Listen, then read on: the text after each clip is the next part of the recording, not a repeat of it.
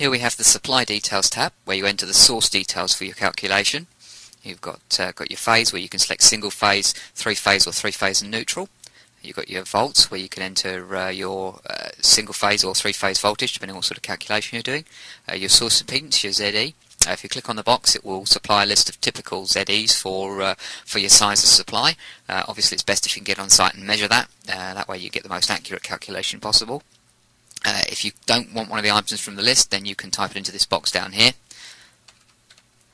and click OK, and that will put that in the impedance for you. PSCC, your prospective short circuit current. The program will always use a calculated value of that based on your voltage and your impedance. You can enter a value there, such as the value quoted by the electricity board for display purposes. Select here if you've got a power factor other than 1. And your nominal frequency, 929 times out of 100, that's going to be 50 Hz. Your system earthing arrangement, whether it's TNCS, TNS or a TT system. Your type of circuit. The program will do radial calculations. It will also do ring final circuits, submains, lighting calculations for both domestic and commercial lighting, as well as street lighting calculations, direct online motor calculations, and star delta motor calculations. You can select whether you're feeding fixed equipment or socket outlets.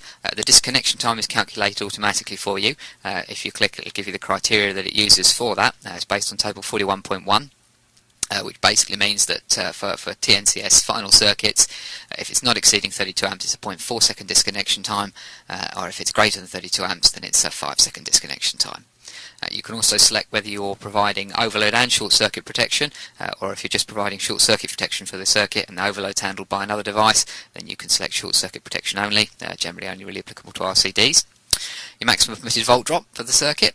Again, if you click where it says click for info, it'll give you some guidance on what the regulations stipulate with regards to the volt drop, whether you've got a public supply or a private supply.